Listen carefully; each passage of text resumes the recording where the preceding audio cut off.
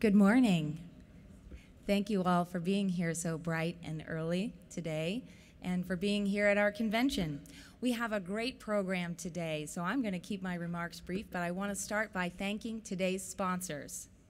We'll start with Pratt & Whitney Canada. Thank you for providing lunch here in the exhibit hall.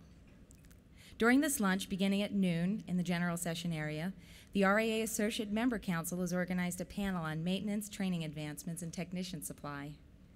We also thank our presenting sponsor, American Airlines, and supporting sponsor, Magellan Aviation Group, for the lovely evening event we have lined up at the NASCAR Hall of Fame. Before that, we'll have a reception in our exhibit hall here from 5 to 6, and the Hall of Fame is just across the street from the hotel, an easy walk. We were there last year for our site visit, and it's an incredible space, and I think you'll find it a knockout. We sure did. I know you'll really enjoy yourself. Before we move to our engaging panel that's up next on growing tomorrow's pilot workforce, I'm going to offer you a brief industry update highlighting the association's major focus since we met with you all last year, and ending on a bright note with news of the convention for next year. So I'll start with a quick look at some of the trends that have defined our industry in the last year. A lot of these numbers, and these are from our annual report, I hope you all have a copy, a lot of these numbers have held steady from last year. The average stage length is 480 miles. We operated 46% of the nation's scheduled passenger flights. The average load factor was around 80%. We enplaned 157 million passengers last year, and the RPMs were right around 75 billion. We served 607 airports in the United States last year. And that second graph, 393, is the number of airports that regional airlines provided the exclusive source of air service to in 2014. That's about 60%, over half our nation's airports. Unfortunately, that number has gone down, and we've found that in addition to the traditional fly-drive pressures that we've seen in those smaller markets, that we're now facing some service terminations related to the very real and growing pilot shortage. If you look at the numbers, it's a very clear picture. The number of new pilots coming in simply cannot keep pace with the growth and especially retirements at the major airline partners. In fact, that attrition related to age 65 mandated retirements alone at the major airlines will outpace the entire regional airline pilot workforce by 2023 or 2024. It's a significant and shared industry problem. This industry gets a lot of credit, not sure that's the right word, for opposing the first officer qualification rule that you know very well the FAA passed or enacted in 2013. Well, that's not true. We didn't oppose it. In fact, we supported the vast majority of that rule. But we said, as you all know, we took exception to a very narrow slice of that rule that held that hours were the appropriate measure of a pilot's proficiency. We just know that that's not true. Nonetheless, that rule was passed, and that's the law of the land. And we've seen the results as an industry. Around the board table, we talked about things that our training departments had told us. They described a deteriorated pilot pool after the rule versus before. So it's not quite fair to say that the first officer qualification rule caused the pilot shortage. We know that's been coming. That's been something that we've talked about here at the RAA for the last 6 or 7 years at our convention. And around the board table, we've talked for much longer than that. But those temporary mitigating factors that we saw, age 65 patch, where we moved from 60 to 65 for the mandatory retirements, some of the others we certainly hope won't repeat, such as 9/11 or the recession, all of these things serve to kick the can down the road. But here we are. The pilot shortage is here. It's very real, and it's impacting our industry, and it's impacting every airline. Whether it's the inability to cover sick calls or spare aircraft, or sweeping, devastating cuts to the schedules and routes that a carrier is providing, our airlines are feeling this shortage. And I would argue that it is a shared industry shortage, as the lift, the incredible important lift that the regional airlines provide, is going to be greatly diminished. And we'll talk a little bit more about this. And in addition to the scarcity and the economic impacts, our training departments have started to notice this deterioration in training performance, and the industry is taking every measure to ensure that safety is still upheld. And you're seeing this reflected in increased washout rates, training failures, and for the pilots that are making through, ensuring that they have the extra training that's needed. We've shared this with Capitol Hill. This rule has had unintended consequences, and they've said to us, you know, the plural of anecdote is not data. So we were glad, you know, although it's kind of funny to say glad because it certainly wasn't good news, but it was news that we knew when the pilot source study update happened in 2015, told us what a lot of us already knew, which is that training performance after the rule got worse, and the higher your hours, in fact, the worse the performance was. So there were more extra training needed, and there were more failures and non-completions of training than before the rule. One thing that pilot source study told us that I think is a good news story is that the restricted ATP pathways that exist under the rule today, this is not new, are doing well. Those candidates are doing better than any others in our programs. And so we now see that evidence. And when I say evidence, this was a population study that looked at the actual training records of 7,000 pilots. So pretty strong conclusion. They're showing if you have a restricted ATP, that structure in your background, it's all about that structure, and it really is quality and not quantity. So there are a lot of opinions about how well that first officer qualification rule is working, but it is the law of the land. And it was important to us as an industry that we didn't just say 1,500 hours is bad, and we don't believe in a dichotomy where you have 750 or 1,000 or 1,250 hours and you're experienced. And if you're below that threshold, you're not. We just simply don't believe that an hour of flight is a proxy for experience or proficiency. So we wanted to find something that was. We wanted to support the programs that are working well, and we wanted to find another way for airlines to invest in pilots and reconnecting the pipeline. So we're proud of our program in that space, and I think during our panel we'll talk about it in a little bit more detail.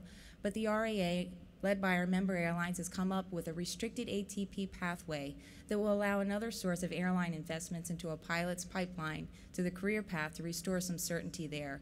We think it'll go a long way, not just expanding the pool, but making sure we have access to the right aviators. I like to describe the first officer qualification rule like this visually. So you had a shrinking pool of pilots from which you could draw, and there were proficiencies here and here and here and here and here and here and here. And the rule drew a little small box around aviators with certain characteristics, which were hours driven. And what we're finding is that the pilots within that small box are not necessarily the pilots that are performing best in our programs. We're proud that our program reconnects the pipeline and also restores access to the pilots who do best in training. Sometimes we hear that there's no such thing as a pilot shortage, even still, even when we see the sweeping impacts are already starting to happen. So let's just get down to the math without considering other contributing factors. The math alone here is showing an enormous shrinking in the amount of in the amount of pilots in the hireable pool. And I have to say the hireable pool here is considered 20 to 59, which I would argue is a very generous look at the actual hireable pool. But that number has been in steady decline. And in looking at just since 2009, that's shrunk 17% since that time. That's at a rate of 927 per month and 30 per day. So this is really significant. If you look at that little green line, you can see that that's the number of ATPs. And in 2015, that ATP count was just under 125,000. Sometimes we hear there are 125,000 ATPs. How come you can't hire any of them? That's your pilot supply. Well, let's talk about that. Is that our pilot supply? No, it is not. So there are certain things that we can't account for. And that's really important. But there are some things that we can. We can look at whether or not you have a first or second class medical. Now, we know you could go out and get it tomorrow, but if you don't have it today, you're not eligible to fly. You're not part of the pilot supply. About 26% of those pilots in the ATP roles do not have a first or second class medical certificate. That leaves us with 92,076 ATPs that are living in the United States and have current first or second class medicals. If you look at the regional airline, the legacy carriers, the low cost, the large cargo carriers, seniority lists, that number is about 85,000. So do the math there. And you might say that's your pilot supply, except those variables that we can't quantify right now. Some of those are easy ones. Age. We know that there's age data out there, but it's not married up with this database, and ideally we would be able to do that. But right now we can't tell how many of these pilots we can hire. Piloting ability, check ride failures, recency, and the type of experience, which is something that we really find matters more than anything else. Your instrument proficiency, criminal record, whether or not you play well with others, these are all factors that we can't quantify, but they reduce that supply. That's your pilot supply. We're seeing this in our recruitment. This is a snapshot that we took of some of our members who were flying, who were recruiting last year, and we asked them, how many are you getting, what's your hire versus your desired complement? And you can see in 2013, we were getting about 75% of the desired complement. That number is dropping to just under 70%, and then last year it was at 62.7. We have looked at all of the numbers, and those charts, you've seen them too, they rise exponentially, and we think that this number, without intervention, will continue to drop exponentially. And this has translated into service loss.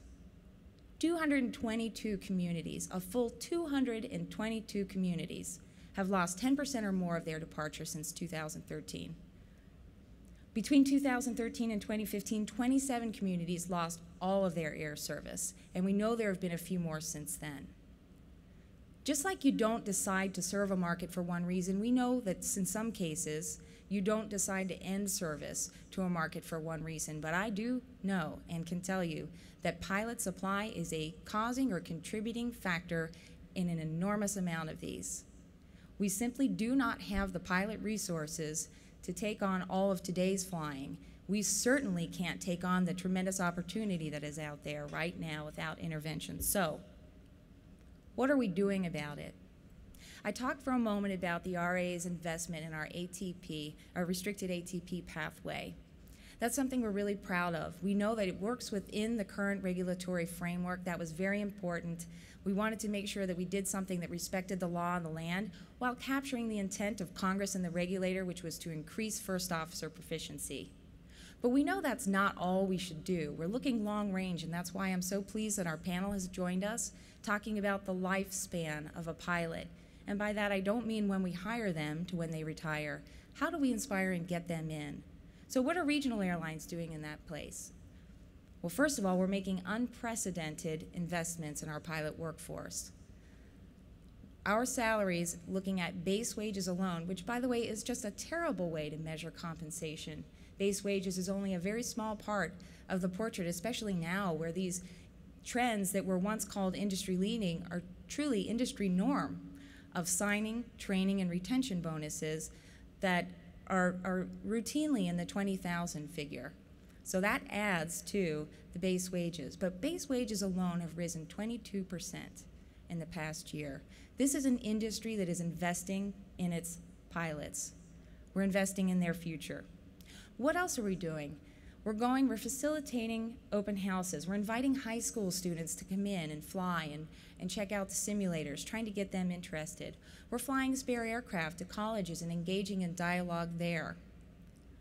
We're asking those universities, what do your students want? The University of North Dakota, who's presented here a couple of times, have talked about that they've done a great career aspirations study of their students and students nationwide. And they've said, yes, pay is important, training costs are significant, but it's flow. We hear that they want to have certainty in their career, so that's something we're investing in. We're looking at universities, flow from the university to a regional airline where you have a guaranteed interview or hiring, and then flow from a regional airline to a major airline, because we know that these pilots dream of flying the heavy metal. We're proud of our spot as the entry point, and we want to make that as smooth a transition as possible. Finally, it's not enough to make all of these great investments in the pilots. You have to tell them about it. I'm solidly Generation X, but we know that we need to engage with millennials using those generationally relevant tools like social media. Twitter, and Facebook, and Instagram. Probably 2/3 of those are passé by the time I've just said this sentence. So keeping up with those millennials would be very important for us. This is just a look at what our airlines are doing in that space, just picked randomly from social media pages. We're engaging with the students where they are and telling them about the investments that we're making. We asked, what can the RAA do? What can we do as an association to show this investment? So one of the things that our board of directors embraced yesterday was taking our growing scholarship fund, and that has been something that has been built through tremendous hard work from our associate member council. They do all of the fundraising and organizing for it, and the staff supports it as much as we can, and it's a true success story for us. It's a small fund, and we want to grow it more, and we decided to take it to the next level by giving it a 501c3. So yesterday we approved the RAA Scholarship Foundation, and the intent is to reward and encourage young people coming in all areas of aviation. I attended Women in Aviation this summer, or pardon me, earlier this spring, and it's another knockout. It was just an incredible conference. If you haven't gone, you need to do it. They have a recruiting event there, and it was really inspiring. We think there should be more of these. So next year at our annual convention, we're going to hold a career fair and recruiting event that is a regional airline driven event. We'll invite the main lines, but the focus is regional airlines and all the special things that we're doing in this space and in this industry, and we're really excited about that. I'm going to leave on a great note for all of you associate members who are here in the airlines too. We ask you every year what you like about our convention, what we could be doing better, and where we can improve. We do this by surveys, and by the way, when you get our survey, please open it and respond, because I read all of those and I listen to what you say.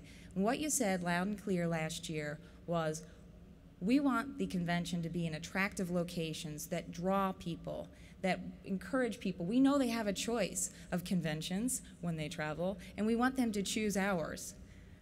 So we decided Palm Beach sounds pretty attractive.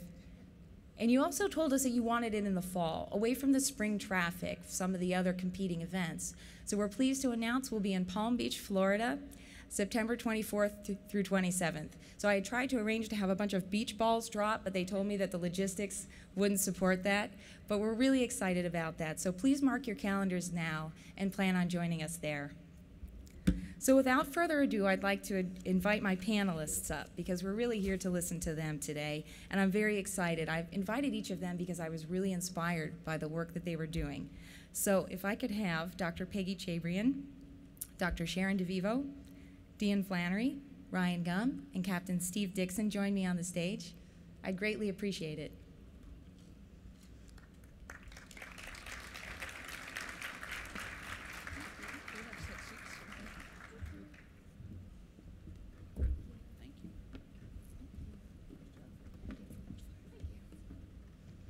It's like a receiving line. So, as we just discussed, RA is working on a proposal to reconnect the pilot training career pipeline. As we continue to pursue this specific solution, we know the problem of pilot supply demands a long-term, holistic approach to encourage more young men and women to take flight in the first place, then to provide support, guidance, and investment throughout their careers. I've invited the panelists to speak because, as I said, they are thought leaders in this space, and I admire the work that each of you are doing. I will introduce our panelists very briefly, but I'd encourage you to look at their full bios in the app, because they all have really incredible backgrounds. So I'll ask a couple of questions to get us started, and then I'm going to open it up to a mix of moderated and audience questions. There will be a roving mic, so if you want to ask a question, please stand and we'll make our way over to you. See Liam there? Raise your hand, Liam. He's our microphone man, and he will find you and offer you the mic. Each speaker's, like I said, their full bio is on the page, but I'm going to start with just a couple of brief remarks.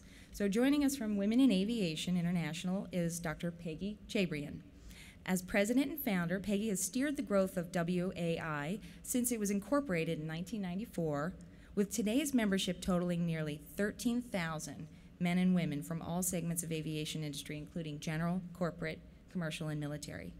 A longtime aviation enthusiast and professional aviation educator, Peggy is a 2,200-hour commercial instrument multi-engine pilot and flight instructor, flying for over 30 years. Most recently, she added helicopter and seaplane ratings to her flight qualifications. That's pretty cool. We are pleased Dr. Sharon B. DeVivo is here with us. She is the 7th president of Vaughn College of Aeronautics and Technology and the only woman in the college's history. During her 20 years with Vaughn, Sharon has been responsible for different areas of the institution, including academic affairs, development, admissions, financial aid, student affairs, and public affairs. Sharon has led efforts that help transform the college from primarily a training institution to one that offers a Bachelor of Science degree in Engineering, Management, and Aviation, and a Master of Science degree. And I'm going to guess that you were the only woman president, not necessarily the only woman. Maybe something missing from my notes. From the airline side, our hometown airline sponsor this week is Dion Flannery, president of PSA Airlines. Dion has been responsible for PSA's daily operations since August 2014, as in his lengthy airline experience with U.S. Airways Express, U.S. Airways, America West, and Continental Airlines. Since assuming his role at PSA, Flannery has used this experience to lead initiatives designed to enhance coordination, efficiency, and customer service at PSA, all while guiding the company through the impact of the merger of U.S. Airways and American Airlines and the largest fleet expansion and growth of the regional airline. Another regional airline representative is Ryan Gumm, president and CEO of Endeavor Air, a wholly owned subsidiary of Delta. An Embry-Riddle Aeronautical University graduate, Ryan has many years of managerial experience both inside and outside the cockpit.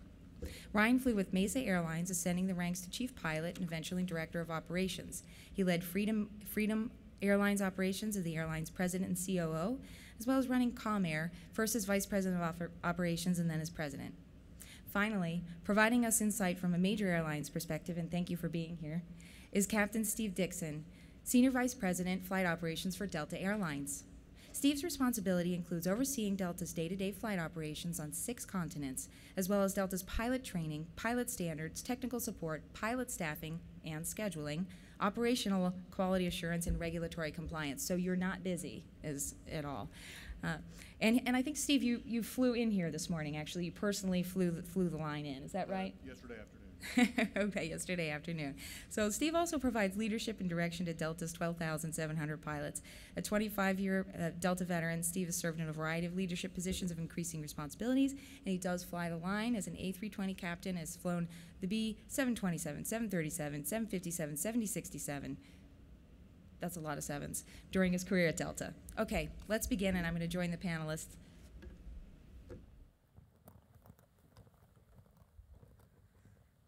Rather than asking, am I mic'd here? Thanks. Rather than asking for opening remarks, I'd like to kick things off with a couple of moderated questions just to get going from each of our panelists. So we'll start off right on down the line with you, Peggy.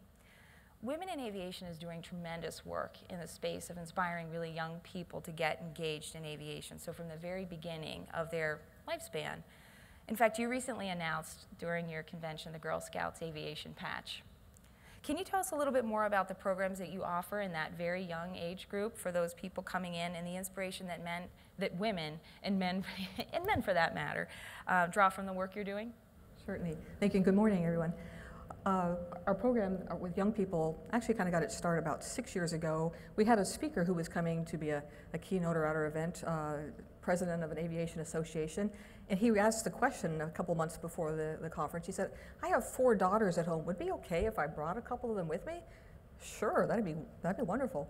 So in sharing that at one of our staff meetings, we said, you know, bring your daughter to the conference, kind of sound like bring your daughter to work day, and out of that grew an idea, and we started a program at the conference on Saturday called Bring Your Daughter to the Conference, and it was granddaughters and nieces and so forth.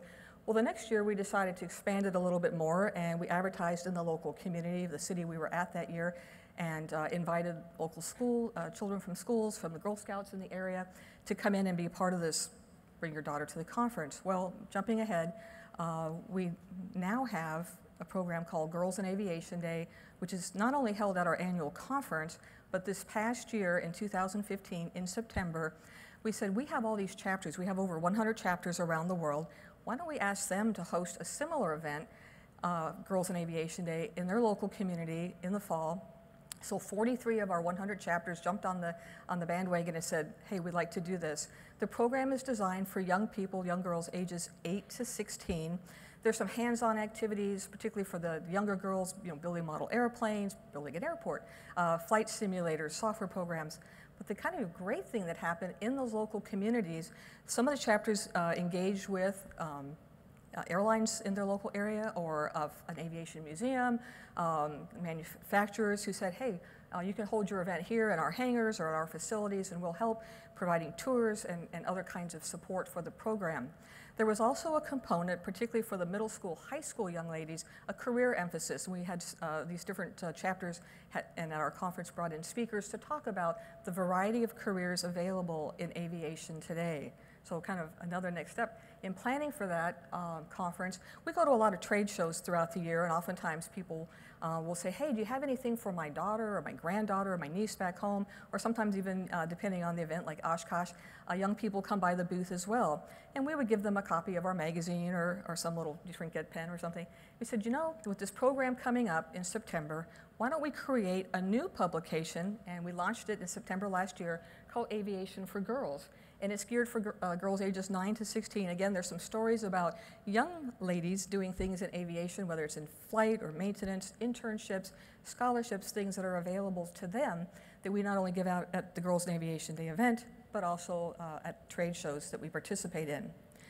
Because of the connection with the Girl Scouts and now with this broader reach with the chapters, the Girl Scouts of America used to have what they called an aerospace patch, which for whatever reasons, faded out several years ago.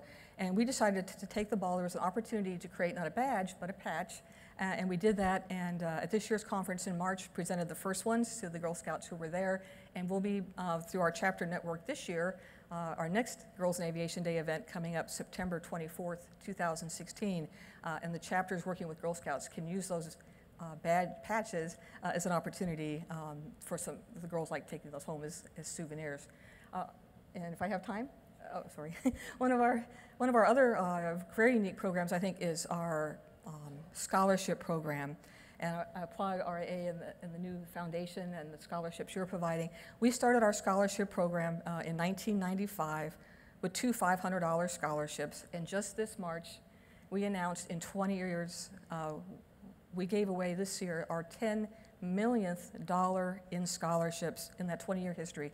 Just at the conference alone in March, we awarded over $660,000 in scholarships to 120-some individuals.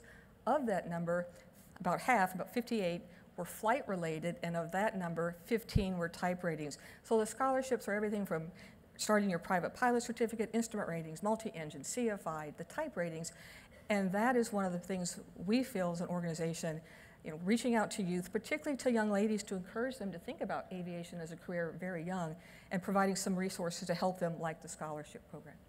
Great, thank you. Okay, RAA family, no pressure, right? You all know where our silent auction is and how to make the donations. Thank you very much. That's very inspiring.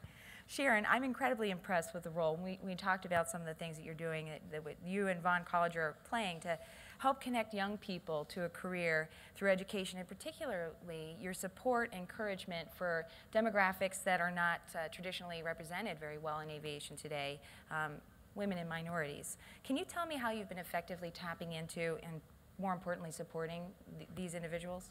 Yeah, well, thank you very much for having me here, and it's great to meet Peggy, and we can talk about our Girls in Aviation Day that we had 3 weeks ago. So we have a very active Women in Aviation chapter on campus, and what's unique about Vaughn, for those of you that don't know, we're located right across the street from LaGuardia Airport, so next time you fly in, just before you touch down, if you look out the right side of the airplane, that's us, on the other side of the Grand Central. Queens is the most diverse county in the country, represents 120 different countries. And most of our students are not only first-generation college students, but also first-generation Americans. More than 80% are from a diverse background. And you know, what's great about aviation is we have great toys. So no matter what event we have on campus, and we did some Girl Scout events, and we do some Boy Scout events as well, it's all about putting people in sims.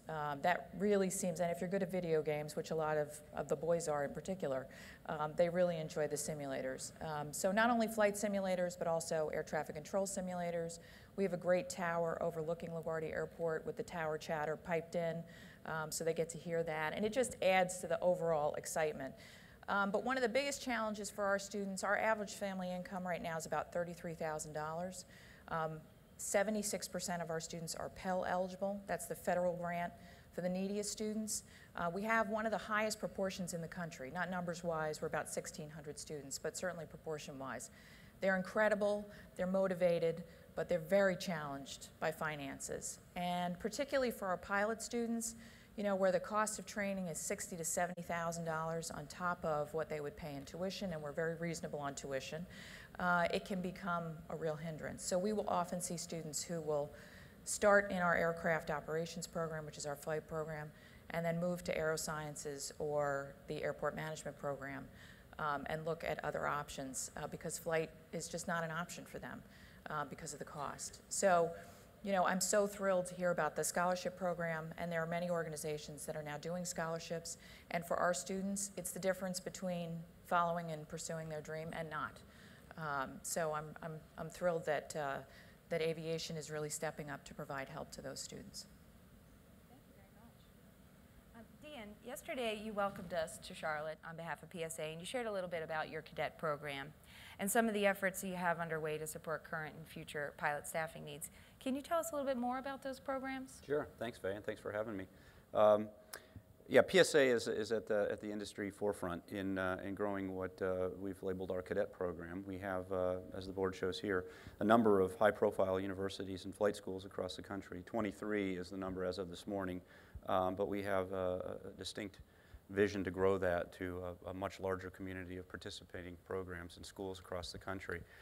This is really our way of going and introducing ourselves and the career, commercial aviation career, to aspiring pilots at the university level. So the program essentially, once a pilot gets his private pilot certificate and qualifies for consideration in the program and meets our requirements, they're invited to participate in the program. And as they pursue their education degree and acquire hours towards their total time, they are eligible for tuition reimbursement as well as other benefits like the all important flight benefits that we provide for travel, as well as health benefits. And so along the way as well, while they're building their time to become a certified instructor with a qualifying 1,000 hours if it's a 4-year university to join our airline, we provide mentorship, which is a really important thing for aspiring pilots. We have a pilot on our staff who is dedicated to that particular university. 7-day-a-week access to the cadet to answer any questions, to be there for encouragement, and to share sort of a real-life view of what their career means and what they're going to encounter. Those pilots will come back on a quarterly basis to the school to do one-on-ones, face-to-face with the students themselves. So we think that's a really important engagement opportunity. Again, not only is there the financial assistance and the backing of a corporation, there's a one-on-one relationship with a pilot who's already a number of years ahead in their career than the student themselves that can give a lot of context, a lot of encouragement, and a lot of valuable information, which keeps those students engaged and focused on the goal of accomplishing their total time equivalent to be able to join us. So we're very proud of the program. It's in its infancy. It's clearly something that's going to take a while to develop a critical mass of pilots for us, and it's just one, but a very important component in our future recruitment. Thank you very much. I mean, it seems that that's one of many ways that we can be investing to help prevent that, that leakage that Sharon mentions of the folks who start out and they want to aspire to be a pilot and then they're leaving. Ryan, can you share a little bit about Endeavor Air's experience with training pilots and tell us a little bit about your success in building Endeavor as a pathway to Delta? Sure.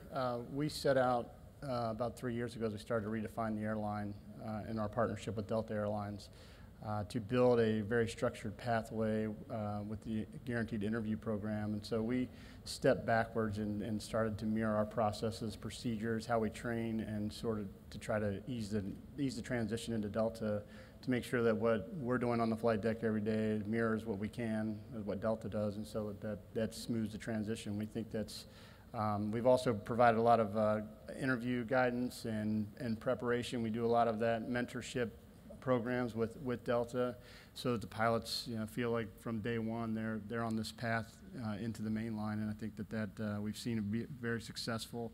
Our candidates train very well with Delta, and I think we'll continue to redefine that as we move forward and build upon that, because we think that's one of the the biggest motivations for a pilot is to make that step into the mainline, as you said earlier. So it's a very, very good program, and we're going to continue to work on it. Okay, great. Well, that's the perfect tee up for my question for you, Steve.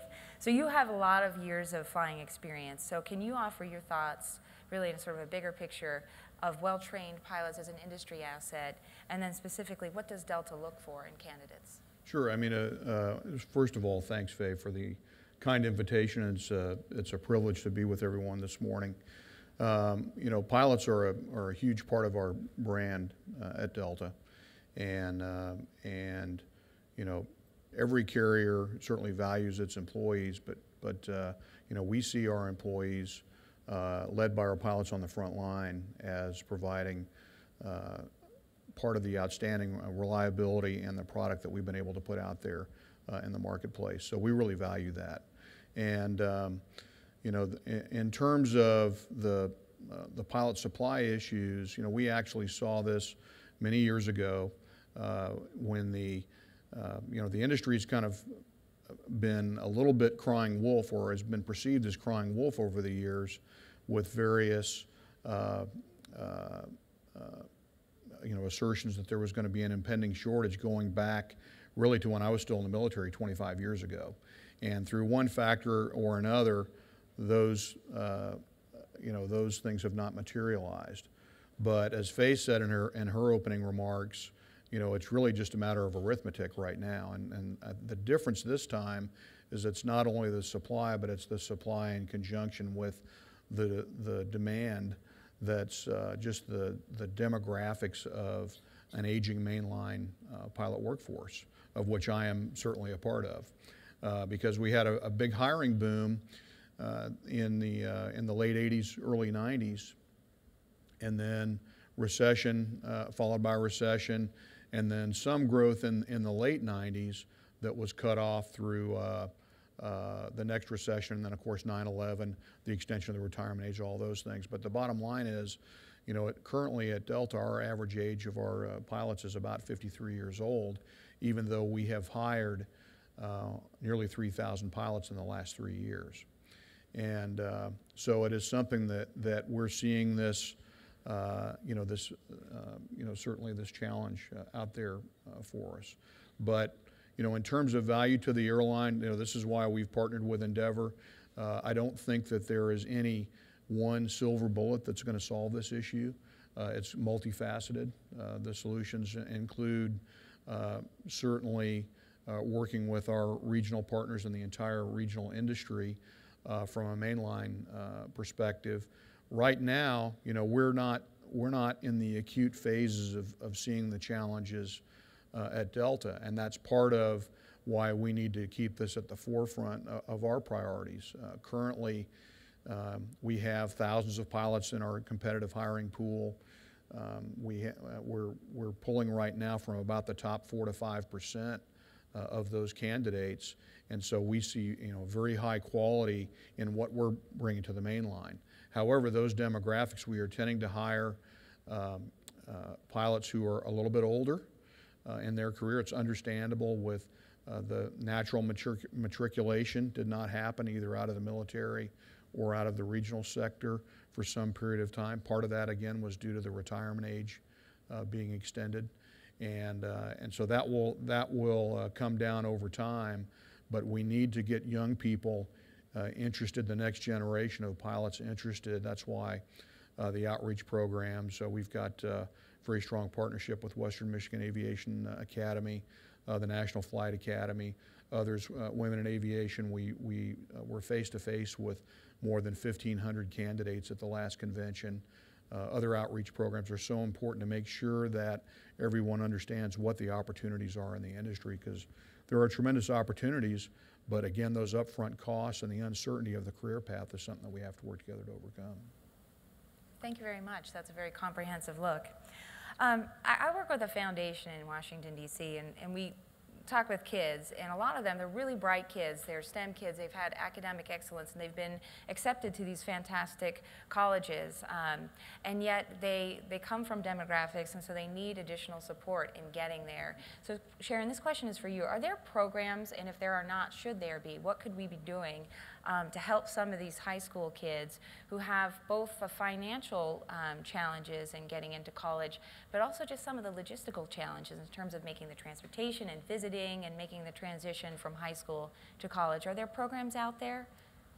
It depends on the state that you're in. Some states are more generous than others.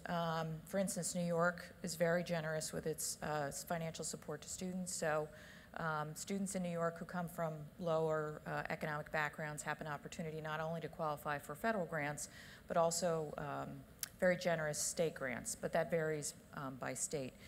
Some states are also very good about STEM specific, and of course aviation falls into the science, technology, engineering, and math. And thankfully there's a lot of push across the nation in terms of STEM initiatives. So there are absolutely, you just have to make that connection. Some people don't realize the connection with STEM and aviation. So making that connection. There's also, for minority serving institutions, there's also something called Title V grants. These are specifically for Hispanic serving institutions, which means that 25% or more of your population comes from a Hispanic background. That's about 36% in Vaughn's case. And they do STEM specific as well as support grants, because it's not just about to be successful in aviation in higher education. You have to have the skills to get through the science, the math, the English, the coursework. And so you need to have the support infrastructures in place to make sure that they can get through that coursework. They generally come with the passion to do the aviation piece, but it's the support to get them to a bachelor's degree that often they need. And Peggy, you're providing a lot of the support too. For your organization, I said I was there, and you say you're young professionals and you had some student networking where you're telling them how to network and, hey, rule number one, have a business card. And that's really provided a lot of support. Can you tell us a little bit more about that? Oh, okay, thank you. Well, at our conference this year, we had about 5,000 people total, and out of that number, about 450 were college and university students from over 40 colleges around the U.S. And we try to have something because for each, and I'll use the word, I'm going to steal a term here from Cassandra Bosco, career phases or life stages, whether you're still a college student or the young professional, or maybe you're in your first career position and you're looking for that next step, or you're mid-career, or maybe you're retiring and enjoying that too. So it's a mix of people who come to the convention, and part of the challenge too is those who come, some are interested or participating in whether it's general aviation, commercial airline industry, corporate aviation, or the military, and trying to address all of those different areas. So we try to put on programs and events, professional development seminars, our general sessions with industry leader speakers, and Steve alluded to a minute ago the program where individuals who are looking for positions,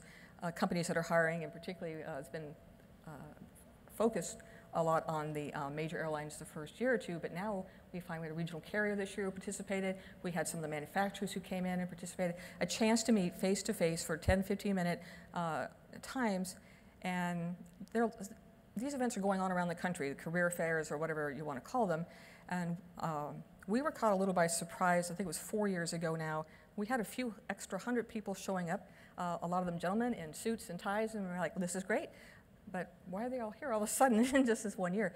And we're standing in line in the exhibit hall to talk to companies who were, pilot jobs were opening up. We said, but that was causing problems in the exhibit hall. Other exhibitors were a little concerned about this, blocking their space and things. So the next year we tried to come up and be a little more proactive, thinking, well, this is going to happen again, and it did, and more people coming, and we came up with, an area in the exhibit hall for people to sit and wait. We're talking hundreds of people. And we hear that at other shows, people wait 6 or 7 hours to get a chance. We said, this is crazy. We've got to work something out better. We even had people sleeping in the hallway at 2 o'clock in the morning to get in line early to get a chance to talk to a company. So 2 years ago, we developed an electronic system where our members, people coming to the conference, could sign up ahead of time, a couple months ahead of time. Here are the companies I want to talk to, and we will assign them, based on their years as a member, time slots to get a chance to talk. And that's growing, and that's one of the things to say here today. Encourage those of you here with the regional carriers to come and participate. There's a lot of young people looking for jobs, and I think you'd find it a great opportunity. Actually, to that point, one of the things that we have done to try to mitigate some of that, the mass of people who are showing up at these events, and we is by far the largest, but there are others. There's NGPA, there's also Sun and Fun, you have other other events, OBAP. But we have developed a team of about 65 currently pilot ambassadors, and we work with our regional partners and also our subsidiary Endeavor. And we've really plussed up our presence. We had a fairly modest presence of probably a team of maybe 15 or so folks from Delta who would participate. Now we've augmented that so that we've got the throughput to be able to handle the kind of face-to-face interaction that we want to be able to have for the candidates. And I'll maybe just add one thing. This year, I was checking my notes here, in 2016 there were 5,500 fast, we call them fast passes, if you hear the term fast pass. We were going, a few years ago, we were at Disney, and we kind of borrowed their concept. You know, you don't want to stand in line to wait to go on a ride for an hour or two, and we had people sleeping on the floor waiting to get a chance to talk. So we came up with the fast pass system. Like I said, it's electronic now, but that's where the name came from. So yeah, 5,500 people had an opportunity for some face-to-face time with the companies who were there. That's incredible. Okay, another question for you, Peggy, but then for everyone. I was really shocked. Last year you put out some statistics on the amount of women that are pilots. And if I read them right, it's just 3% of all pilots globally are women. And then in the United States, that number isn't much better at a little over 5%. So I guess why is this, and is it changing? And I think, Dion, you showed a nice video yesterday, and we saw the woman, one of the first things she said is, I like this lifestyle. I like that I can live in my domus. I can live in my hometown. I can live where I grew up. And at another conference I attended, I saw a woman say, this is great. I went to a preschool, and they said, oh, we thought you were a stay-at-home mom. We had no idea because I'm able to be there so much. So clearly, some of the lifestyle factors that might be the precluding factors may not be what they are. So I guess it's a long way of saying, you know, is it still a problem? Have we changed it, and are we articulating all the great advantages a pilot career has for women? I would just say that the U.S. Total is around 6%, and it's been that way for many years. But the encouraging news is, if you look at the number of women who have obtained commercial pilot certificates, ATP certificates, those are the numbers that have increased substantially. In fact, from 2010 to 2016, that number increased by 8%. So the total number of women earning the ATP ratings is increasing. And if you go back 21 years, that number was less than 1%. So it is still a small percentage, but the actual numbers are increasing, and we still have more to do. But I think you're right, getting the message out about the career, what that means, the flexibility, I think would be an enticement. So I sit on the International Aviation Women's Association Advisor Board. We had an event last week in New York City, particularly featuring women in aviation. So we had the first female pilot, Bonnie Taberzi-Caputo. We had a VP for sales, Mary Ellen Jones, who's also currently the Wings Club, the New York Aviation Club president. Second one we've ever had in our history, second one in 15 years. And lots of folks, and the woman who moderated was an F-18 pilot from the military, and she looked about 22. She was amazing.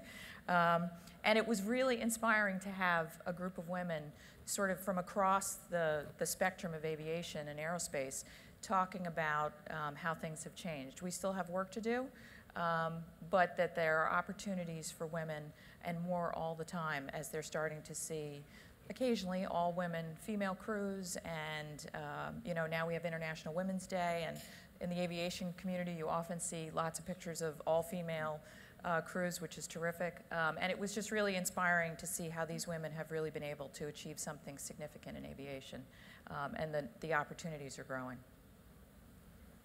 For the airlines, are you doing anything to recruit more women or to support those women that are in your ranks? Yeah, absolutely. I think Endeavor, we look at it a little more holistically, not just on the pilot ranks, because we see it across all the way from corporate to any part of the airline. We've really tried to put a lot more female presence on our recruiting teams, because we feel like that allows for better conversations. Sometimes it's not as approachable to go to Steve, even though Steve's a great approachable guy. It's better to have a female sometimes to go talk to. So we've looked at that. We've also established a corporate committee type structure where we've got females that sit on and talk about not only how do we recruit, but how do we promote advancement throughout the organization to make sure that those opportunities are there, that people see that, that there's pathways to the top of the organization. So a lot of different fronts that we're working on to try to encourage that. Yeah, and at PSA, I'm proud, very proud to say that probably the most important person in our organization happens to be a female, and her name's Val Zimmerman, Captain Val Zimmerman. She heads our pilot recruiting workforce, and an incredibly capable person with a military background. Started with PSA on the ground handling side of the business and decided that she wanted to be a pilot, and became a check airman, and eventually leads now our pilot recruitment workforce. And she's an incredibly skilled, energetic person, and someone that we couldn't have been more fortunate to have in that role. Very effective person out front. We know that when Val is successful in recruiting female pilots, those female pilots will probably be the first ones that are hand-selected by majors, and they'll spend a shorter tenure with PSA. We're happy to see that happen, quite frankly. And again, my kudos to Val in leading the team in pursuit of all pilots, but female pilots as well. And similar with Delta, and among those ambassadors that I talked about before, we have a significant contingent of female captains and first officers who are right out front, in that group. Currently, we are interviewing and hiring female pilots at about twice the rate of our existing complement. We work very hard to make sure there are opportunities. Having said that, we want to make sure that the interview standards and the selection process is the same for everyone. And so we don't want to set anyone up for failure when they come in to the interview process, but we do have, through our pre-screening, the ability to be able to identify outstanding candidates because we place a very high premium on leadership. I tell our new hires, and actually we tell in the selection process, we're not hiring pilots at Delta, we're hiring captains because we place a very high priority on leadership, decision-making, customer service. If you look at what's happened with technology at the front end of the airport and even in the boarding process over the last decade, pilots are a much larger portion of the public contact employees that we have at the airline. And a lot of times, we don't really want pilots who view their job as just flying passengers from point A to point B. We need leaders who can solve problems.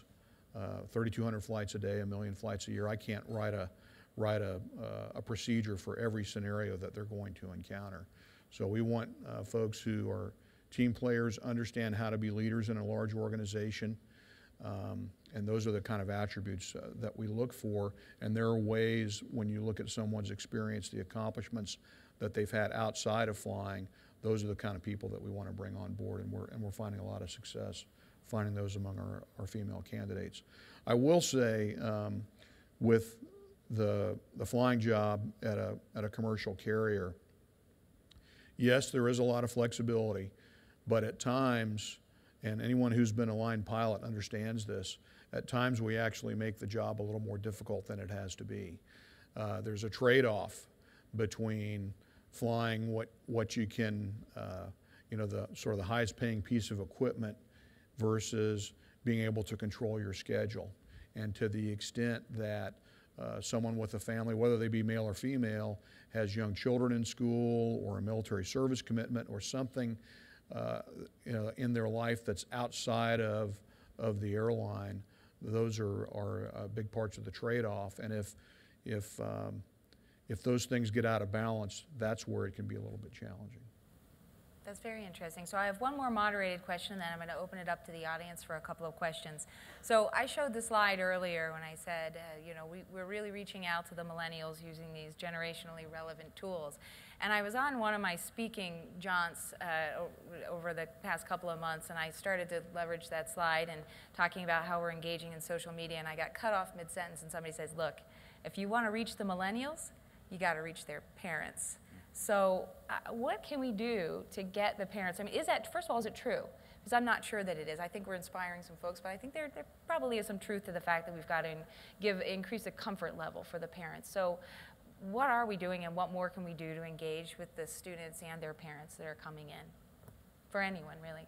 Well, that's a great question. I think it absolutely is right. If you think about the cost of an education and the prohibitively high cost of training with the current rule set that's in place now, any parent should be gravely concerned if their child chooses, commercial aviation and goes to a four-year school. And with the structure that we've put in place at PSA in connection with American, we think that we afford parents a great deal of comfort if their child does pursue an aviation career. You think back to this cadet program that we're setting up. As a prospective pilot picks the university or school that they're going to go to, obviously there's likely to be parental involvement in that decision-making process. It's great to be able to be part of that as a regional carrier and be able to represent. Not only are you picking a quality school, it's a school that we've chosen as one to partner with, but we as a carrier who will provide your student pilot and daughter or son assistance along the way also have a flow-through program to the world's largest carrier. So in choosing the program and choosing the quality school, you're also choosing a career path for your son or daughter that will eventually culminate in them flying 787 to Shanghai. That's a great level of comfort and security. And those are two words that you didn't often and haven't regularly found used to describe an aviation career. And so we very much have structured it that way so that it can be compelling to the parents and hopefully can resonate and draw more students into the field. I'll talk a little bit more about, I think parents today are looking at the value of the education and what is the return, and I think that we've got to focus on reducing the barriers of entry into this field, especially on the pilot side. The gap, the pipeline gap. I think when parents look at the degree field and think, it's one of the only degrees out there where you can go through the entire program, but you're still yet not qualified to go to work in the regional airline business. So that gap, I think, it weighs a lot on parents' minds about, do I make this investment or do I steer my child into something else that has a more defined exit point? And so I think, we've got to do better at the restricted pathways and reconnecting the pipeline so that there's the push of this doesn't make sense and I want to spend my money and put them in that program. So we hear that, and when we're out visiting these schools, we fly airplanes in. We actually have the parents. We focus on the parents coming onto the airplanes and talking to them about all the great programs, even the stuff that Dion's talking about in the career field. But we get the question a lot of, well, how are they going to get from University of North Dakota to you? And that's a great question, so and I think it's... This is the hard part of the conversation is, you're going to leave us and go make $20 an hour as a flight instructor until you can get to 1,000 hours if they graduate for a Bachelor of Science degree, because we're Part 141 and have the RATP. And somehow you're supposed to make that work until you get called up. Right. So that's at least somebody else is paying for your flight time. That's what I try to sell. We'll equate it to medical school. I mean, that's a big, but it's very similar in that you're going to have to continue to make some investment or not see a huge return until you get to, that better paying job. But I do think we have to be really focused on outcomes. I mean, that's true for higher education, that's true for aviation. We have to show people, this is what the placement rate looks like, this is what the job salary looks like, this is the kind of lifestyle you're going to be able to enjoy, and to have people that look like them. So having, a Camilla Turrieta, who's flying right now, she's a Vaughn graduate who flies for Republic, right? Having her featured and seeing, she looks like me, I can do that, right? I think it's really important to have the models and the numbers so that people can have something to grab onto, both the students and the parents. I think there's also there's many barriers to entry, and I think as an industry we need to begin to look at how do we reduce the cost of flight training at the beginning levels. So how do we use our buying power, our leverage to lower fuel costs, insurance insurance rates, ways to reduce that to make sure that we are making it as smooth and as easy of a transition through the entire path. So Yeah, I think removing barriers is important, but it's not going to be enough. I think that it's going to have to be, first of all, the entire industry has got to be focused upon this. And when I say the industry, I'm including the military, because I think ultimately this could be a national security issue. There are some things that the military needs to do to make the career, frankly, more attractive, because they're facing some of the same issues and we're competing for the same people. in many respects. So there are things that, we've got this shared resource between our guardsmen and reservists. That takes a little bit of pressure off of our regional partners. We can't afford, even if we were to hire every pilot at a regional carrier right now, you put the numbers up, it wouldn't be enough. We need about 25,000 the next decade. There are only about 18,000 in total. And some of those are in that 50 to 59 demographic that, are probably not going to be at a major carrier. So I think it's a combination of reducing barriers, but also putting some structure in place that doesn't currently exist. That's where the active recruiting comes in place, into play, the outreach to parents, but it's got to be sustained over a period of time. It can't be flavor of the month type of thing. It's got to be a coordinated industry solution that we've got to put in place. And I think we've got to bring the military into the conversation. Right now the Air Force is paying $250,000 bonuses to incentivize pilots to stay beyond 10 years. And they're having trouble attracting pilots into the military because of the 10-year active duty service commitment. If that were only 5 years, and then there were an opportunity to go into, say, a Guard or Reserve commitment of maybe 15 years or 10 years beyond that, then they can get their seniority number at a carrier and continue that aspect of their career. There are multiple things that we need to be able to do, partnering on training, all those kind of things that can reduce the cost of getting in and removing some of those barriers. That's right. And to your point about the military, one of the things that the pilot source study looked at when they looked at where how our pilots were performing in training was their background. And it just happened to capture something that we are drawing increasingly from the military as well. I think as you see those regional airlines starting salaries really increasing, we start to be more competitive draw as well. So we've been engaging in that space too. I'm going to open it up for 2 audience questions, and then I have a few more on the training side. Oh, I'm sorry. Go ahead, Peggy. Address that question maybe a little different perspective. One of the things we are asked a lot, well, why aren't the more women in aviation? How do we get more girls interested? And one of the things we've talked about, reaching them at a younger age, even at age 8 and 9, and certainly by middle school and so forth. And the parent participation is very important for the buy-in, if you will, particularly I think for the young ladies. And the parents who come to these events, they get all excited too, and they think it's pretty cool that their daughter or granddaughter is interested. But another important aspect, I think, we all know the opportunities in aviation are there. The doors are open, and we're encouraging women to consider these careers. But reaching out to the parents, because there's still, I think, parents who tend to gear sons and daughters into various career options based on their thoughts and their background, but also for the high school guidance counselors. And one of the things we're doing in July this year is participating at the American Society of High School Counselors, participating and having an aviation theme, participating in a panel presentation, trying to get the word out to the guidance counselors too that career opportunities in aviation are there for men and women. And I'm glad you mentioned that. We'll be there too. Oh, good. We're participating in that, and I think that's a wonderful thing. We had a bunch of pilots come in and talk with us. We had a bunch of aviation from the University Aviation Association that came in, and they bring their students in every year. And I asked how many of your pilots, and actually got a pretty good amount of hands that went up. And I said, how did you get into it? Where did you hear about it? Not one of them said from my guidance counselor, so I think that's a really important point. Okay, we had a number of hands go up in the audience. If I could ask you to just, before you start, announce who you are and your background for our panelists. Thank you very much. Yes, my name is Catherine Creedy. I'm with Forbes Online.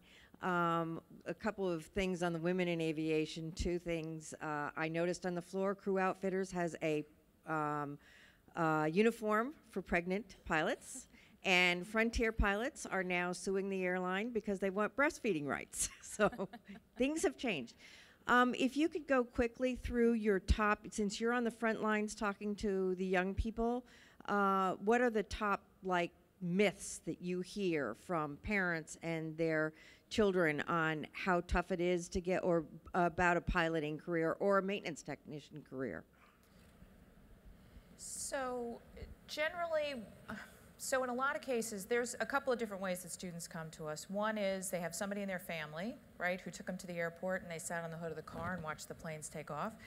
And then in some cases, it's the student all by themselves who's really motivated. Nobody in their family is connected to aviation. I typically ask that it's at open house, how'd you get interested? And I get a lot of, I'm the only one. And so, you know, having resources available online, excuse me, that can help students plug into aviation careers. And often, they don't know anything besides pilot and a maintenance technician, right? So one of the jobs we have is to try to help them understand about the vast, I mean, you can do just about anything in aviation, and yet they tend to think just in those sort of siloed areas. So part of our job is to sort of give them a sense of all the different aspects that they can do. Myths, not so much. You know, we have a very, I think because we're known primarily as an aviation institution, people come to us somewhat informed already. They don't, the only piece that we will often get is they don't understand the pilot pipeline, right? So how much is it going to cost me? That's probably the biggest one. And the parents are, you know, they go bug-eyed when I say 60 to 70,000. And for some parents, they come in knowing that, but for a lot of them, they don't understand that piece. And then they typically don't understand the new rule in terms of the number of flight hours that they need. I mean, we can make a very good case because of our designation with the RATP and the Part 141 that you're going to get some bonus hours. But wait, I have to do what after that? I mean, so there is very much a confusion about the pipeline. It's not so much a myth, but they just don't understand what it takes to get. I can't just go apply, when I'm done here, I can't just go apply for a job at Delta. So. Any other myths that you could think of? Somebody give Catherine a myth.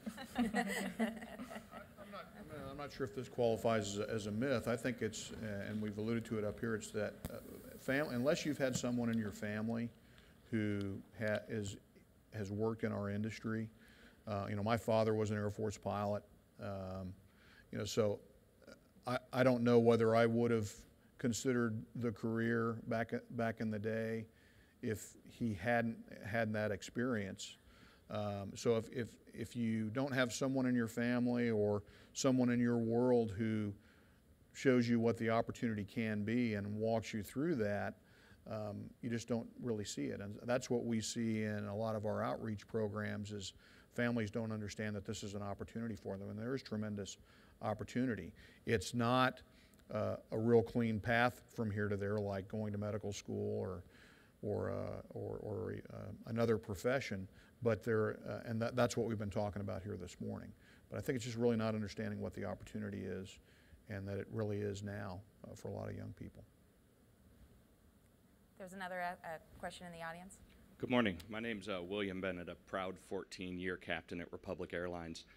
We've talked a lot this week about getting new people into regional aviation. What can we do better to keep people in regional aviation?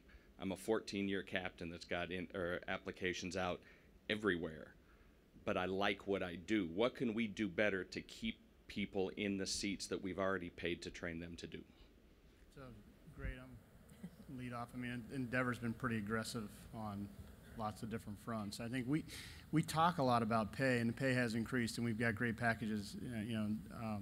But I think we miss some of the quality of life enhancements that we've made, and they sort of get, you know, put behind the shadows of the $20,000 bonuses or retention bonuses. But there's a lot of movement going on if you look into the details of the quality of life advancements that have taken place, such as commuting, you know, a host of work rules to try to get more time at home. And so I think those are the areas that we focus on. I think from a quality standpoint, our operation, knowing that you're going to come to work and you're going to have a good, you know, clean, reliable airplane, and you're going to finish your trip at the end of the trip, and you're going to go home is a huge improvement as well that our crews have seen. So I think no doubt across the board improving the regional airlines, from the work experience to the culture to advancement opportunities if you want, but if not, making it a great place to end a career. We have a lot of pilots that do that. We've got a lot of pilots at the top of our seniority list that don't want to move to Delta. They don't want to go sit reserve in New York on the narrow body fleet. They're happy doing what they're doing, and so we are continuing to focus on that group of pilots to try to improve our airline to make sure that it's a great career place for them to end their career there if that's what they want. We love to keep them on the experience side. We need the mentorship. We need the training capabilities. I think they bring a great piece to our airline, and so we are very focused on that very issue. It's not all about moving you in and moving you out. We have that opportunity as well, but we like to focus on that top percent of our workforce and to ensure that we've got the right tools in place to continue our great quality and customer service. Yep. I think, Ryan hit a lot of it. There's a lot of value in just being on a winning team. And, people want to be part of a winner, and that means running a good operation, putting a great product out there, and being recognized for what you're contributing to the success of the enterprise. And so, yes, while pay and compensation, quality of life, that's all important, but I think being part of a winner is important as well, and just valuing that. And I had a recent experience. We have, during the end of our indoctrination period, the first 2 weeks before the new hire pilots go into the training program, we do a dinner for them in the museum, fly their families in and everything. And I had a female new hire pilot who was coming to us from SkyWest, and her husband was a SkyWest captain about 15 or 16 years. And he has an application in at the majors, but I was talking to him, and he likes what he does. And he's very successful. He's living in the domicile where he's currently based, up in the Twin Cities, and life is good. And so I think that those are the kind of things that we look at this. You can't just look at the arithmetic. We have to have viable partners. The mainline carriers aren't going to be flying into Albany, Georgia. We are, and we actually need to. You talked about the reduction in service in some of the cities around the country. Our networks rely on, and our economy relies on being able to provide service to a lot of those communities, and the regional carriers are going to be providing that. So we need to make sure that that's an extremely valued part of the career as well. I'm going to open it up again to some of the audience questions, but I have two questions that I want to ask really in unison, and this goes more toward I talked about the deteriorated pool of the candidates out there, and this is something that we've talked around the board table about, and our training departments to see it. We've now seen this empirical evidence. The REA has a plan, so Ryan, I'm going to start with you. Can you walk us through sort of what the evolution was of the restricted ATP program? What are its objectives, and what are the types of things that it involves that will really increase the proficiency of pilots?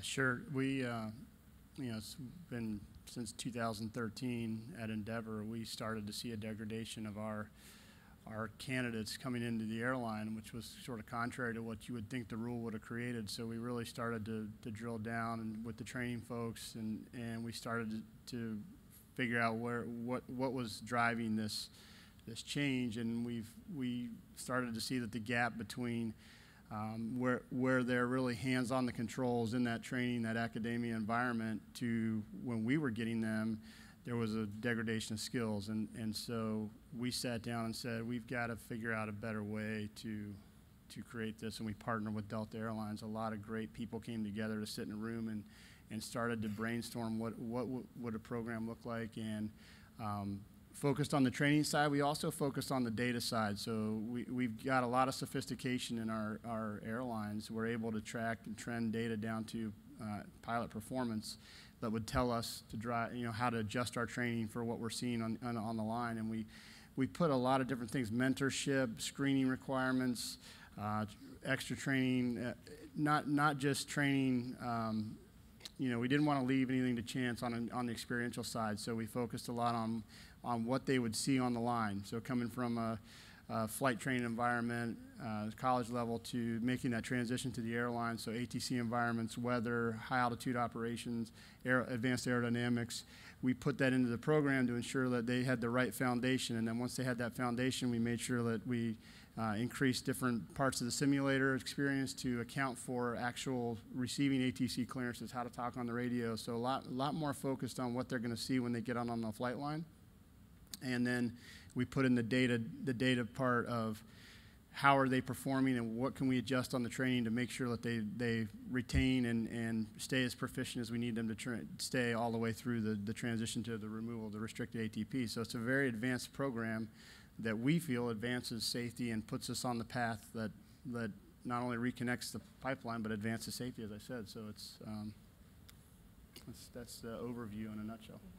And Dion, were you seeing that same with your recruiting? Were you seeing a deteriorated pool of candidates? Yeah, we are. I mean, we've seen a number of things. I'd probably describe it, want to stay away from stereotypes, but the rule has certainly invited people back to aviation that have been away from it for a very long time. And again, you know, they may have accumulated hours, but we look at that as, you know, relevant hours. How recent was it? How applicable was it? If you flew cargo 14 years ago and had, you know, 29,000 hours in a, you know, well-developed career, but you're not necessarily a great pilot. And the footprint of training shows us that that is an area of concern that we had to focus on. So like Ryan just alluded to, we've made adjustments in our training program to identify the most qualified candidates, not based upon hours, but based upon relevant training experience. And then along the training footprint at PSA as well, we've instituted a number of additional incremental steps, more use of Class 4 IPT type involvement before they go to the simulator, and enhanced our training as well for that purpose. So yes, we have seen a difference in the profile of folks coming to us, and again, are just not satisfied that hours are a good representation of qualification in any way. Okay. So let's tackle a difficult subject. And we always have a lot of representation from our employee partners here in organized labor, so I'm sure there's some of you in the room. And I hope that the trend and the theme of this convention and this panel has been investment, the incredible investment that's made. And I think an important part of that is the relationship between the management and the employee partners and the organized labor. When I was younger, I had a neighbor who worked for Eastern Airlines. And after that protracted dispute and what happened, you know, the kids of that family were just completely deterred away from aviation. How much of that, how much of these sort of protracted labor disputes do you think is influential in, you know, another barrier of entry for the people coming in? And if it's a fact, how do we move away from this us versus them? Steve, you said that, you know, we're on a winning team together, and I think that really articulates it. How can we be a team? We are all in this together. We're trying to do the right things together, so we have a strong airline for our passengers and our employees. So what are some of the steps that you're taking at Delta? We'll start with you, and then any of the airlines could comment on that. Well, I think that you know, what we've seen is that, you know, our employees really are a key part of the value proposition at the airline. You know, we all fly the same equipment. You know, we have different networks and somewhat different business models in some cases, but the customers remember who they interact with. And so employees can really be a big part of, and they are certainly at Delta, a big part of our success. And so the question is, among all of our stakeholders, whether it's the communities that we serve, again, our employees, our owners, you know, the need to invest capital in the product, we've just got to be balanced in our approach. And but that doesn't mean that there isn't a win-win solution out there.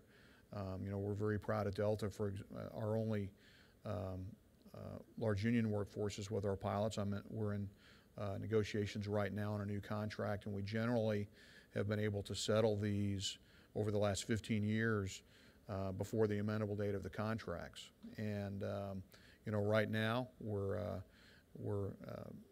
basically in another expedited process to try to move towards a new contract at Delta Airlines that will position us for the future. And I think that if you look at pilots and long-term employees in particular, the interests of the airline in terms of being successful and the interest of the individual pilot and all of our employees are really tied to very inextricably together. Because if the airline is successful and is able to take advantage of opportunities in the marketplace and able to be a strong competitor, then that's more opportunity for the individual careers. And so that's how we think of it. You know, variable compensation 10 years ago was thought of as something that wasn't a big part of the value proposition. It was all about pay rates. But we found that, again, as we've been able to have some success over the last few years, the role of variable compensation and in particular profit sharing, but also operations bonuses for on-time completion factor, baggage performance. When you're consistently earning those kinds of rewards, when you set very challenging goals coming into the year, everyone gets a lot of satisfaction out of that. It's part of that winning culture. Yeah, I think that Steve's right. It's culture. It's about being on the winning team. I think what we look at at Endeavor, we see our relationships with our organized labor as a resource, and maybe it's my pilot background. I look at it as a leader of the organization. I've got to utilize all available resources. We don't have all the answers all the time, and sometimes they bring a great perspective, and so we have very close relationships with our organized labor. They bring us a perspective. We appreciate that. We work together as a business partner, and I think that's what makes our airline successful, and that's what's made us be able to set some of the operational records we've been able to do, is our frontline people having the right tools and right resources. And I think that takes everybody at the airline coming together and bouncing ideas around and talking through things and working it out. And it's, in my mind, it is what has made us successful as our relationships with those stakeholders, for sure. Yeah, I think these guys have said it very well. We view it the same way, which is the relationship with our union is a critically important one because, quite frankly, they carry a lot of weight with the membership, and how they view their airline is very impactful on the way the membership views it as well. And we strive to create that transparency and that trust at the management and union leadership level. I think what's at the basis of it is just transparency. As Ryan mentioned, this is a logistics business, and it's not going to be graceful at any moment or at every moment. The issue is, how do you resolve those, and how do you structurally address them so that you can produce a reliable product? Everybody does want to be part of something that works and works well, particularly those that, like the speaker said yesterday, when you value the customers on your aircraft and their individuality and what they bring to that travel experience, you want to do your best. You want to be part of an airline operation that is set up for success, so that when you do your job, everything goes well. So that's very important, to put those investments in place. At PSA, we're growing very, very fast, and growing from a small, really small 49 airplane airline to 107 airplanes as of today. We're making huge investments in technology and communication, means by which we can do our jobs better and help our crew members and help their leadership, who represents them, see what we're after here, which ultimately is good customer service. And then on the other end, I can't understate the value of the flow agreement that we have with American. We realize that the vast majority of pilots that do come to us, this is a stop along the way in their career path, and they do want to end up at a mainline carrier.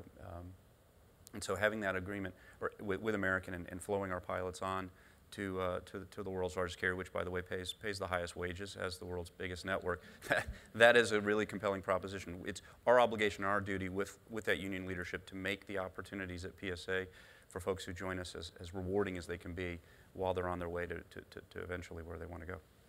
And that highlights an important source of support. The unions are providing that for pilots as well. And so a slightly different angle on that question for Peggy and Sharon, but are you interfacing with the pilot unions? And I know that they're at Women in Aviation, so what kind of programs are you working on with some of the supports that a pilot will continue to have throughout his or her professional career? We're not actively engaged with any pilot unions, like I said, participation, but at this point, there's not any. Yep. Oh, we'd be happy to.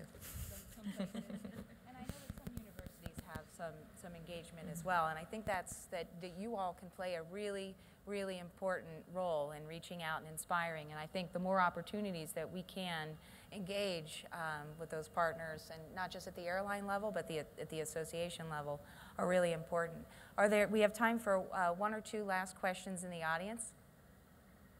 Good morning. I'm Joe Vasquez. I'm the National Commander of the Civil Air Patrol, which is the auxiliary United States Air Force.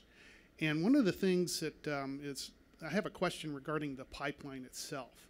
CAP is actually working on the, how shall I say, the young end of the pipeline, because we deal with, through our aerospace education program, K through 12 students. We impact upwards of 150,000 a year. in that program alone, but in particularly 23,000 cadets ages 12 through 20. And we're looking at the possibility of starting up, and in fact, I shouldn't say possibility, we are starting up a private pilot scholarship program for our cadets.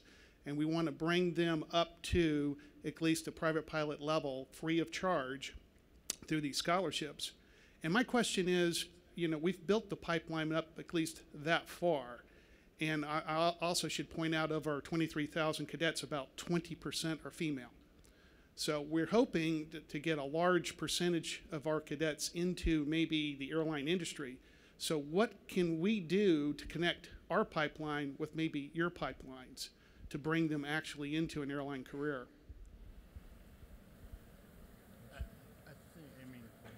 The question I think is going, you tie into the university, right? I mean, I'm glad you stood up and had a question, because I was going to bring up Civil Air Patrol earlier. It just seems like there's an incredible opportunity there that we can reconnect with. I actually got some of my interest from Civil Air Patrol and aviation, so it's incredibly valuable. And I think from the airline standpoint, we would love to connect more with the Civil Air Patrol, providing opportunities, similar like internships. I can remember we did 2-week deployments in the summer. To mainly military bases, but there's no reason why you couldn't tie that to maybe an airline or look at it from there. But I think maybe backing up to the university. Civil Air Patrol meets on our campus, right? So having our doors open, making our facilities open, you know, allowing them sim time, and certainly being connected to our career services and pieces like that. We're already doing some of those things. So it's terrific that you're going to support to the private pilot, because, you know, that's 10 to 12,000 of that $60,000 to $70,000 nut. So thank you. And then we also have, with our chapter network, we have chapters who work with Civil Air Patrol units. If there's one in their area, we also, with the Aviation Explorer program through the Boy Scouts of America, so there's an opportunity there potentially as well. Ways for the airlines to help with the scholarship programs as well. I mean, I think that we would be incredibly interested in that. So. Yeah, I think this is what we were talking about earlier. I think it really addresses two issues, is young people understanding what the opportunity is, and also that it's not going to be enough to bring barriers down. We have to put some structure in place and some coordinated activity in place that doesn't currently exist among many segments of the industry, and I think you've given us a great example.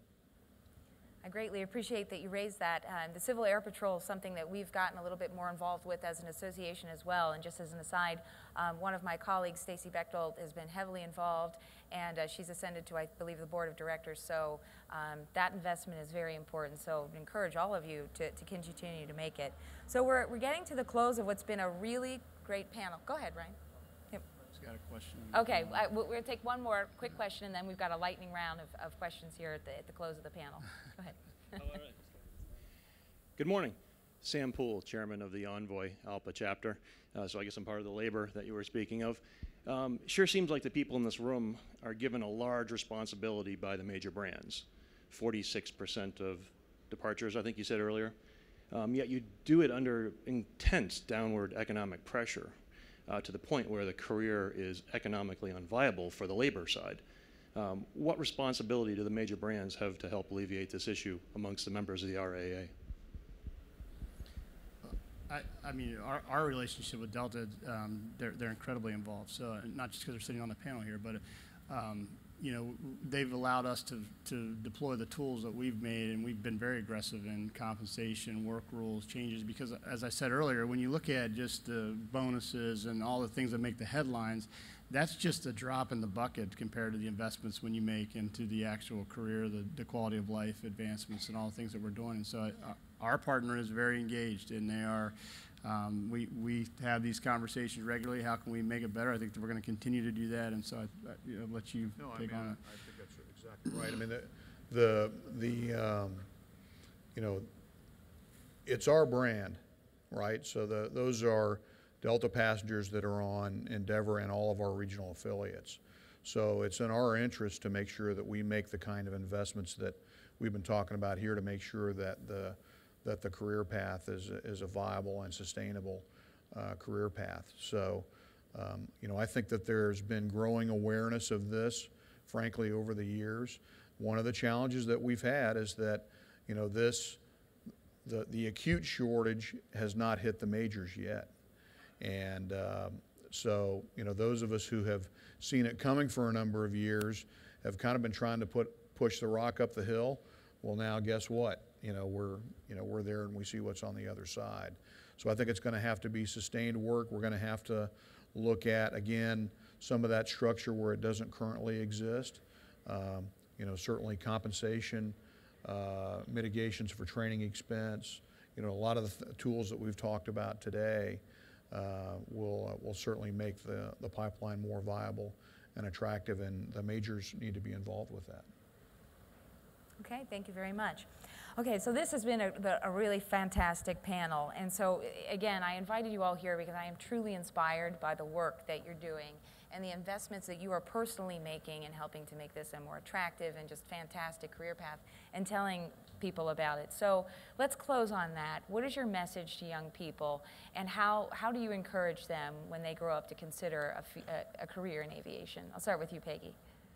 I think the message to young people is that there are so many wonderful opportunities in aviation to take the time to explore them. And somebody mentioned earlier, not just maybe the traditional pilot mechanic, but there's a lot of opportunities. You can be in aviation and be an accountant or a lawyer or a doctor. I mean, there's all kinds of ways to be involved.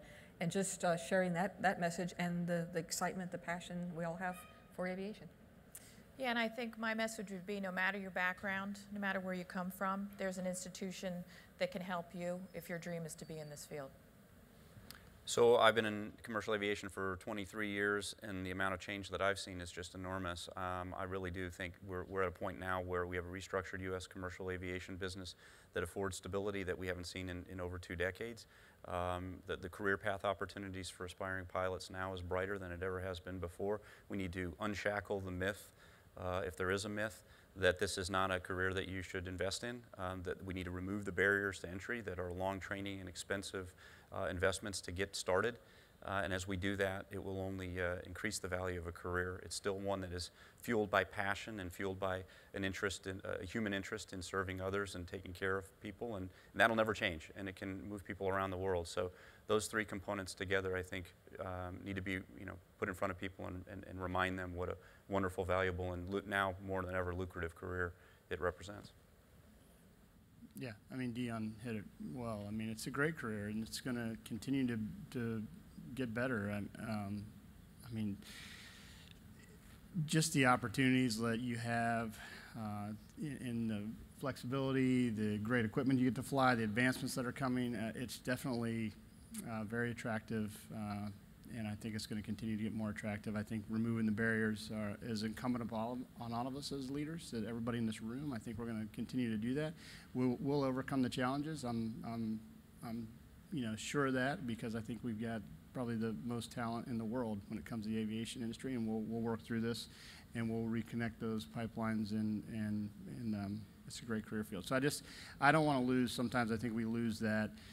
As a leadership, we focus on the issues, and we tend to talk about the issues, and that sort of gets radiated out, and we miss that this is a great career field. It's improving every day, and I think it's going to continue to do that. So.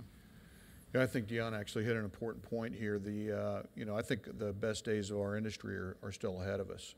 If you look at what's happened over the past 25, 30 years, it's really just the path since deregulation, with some bumps in the road, certainly economically, and with the 9/11 tragedy that have interrupted the growth of the industry. But now we've got a solid network base, and we're 7% of the U.S. economy, and a very valuable national economic asset.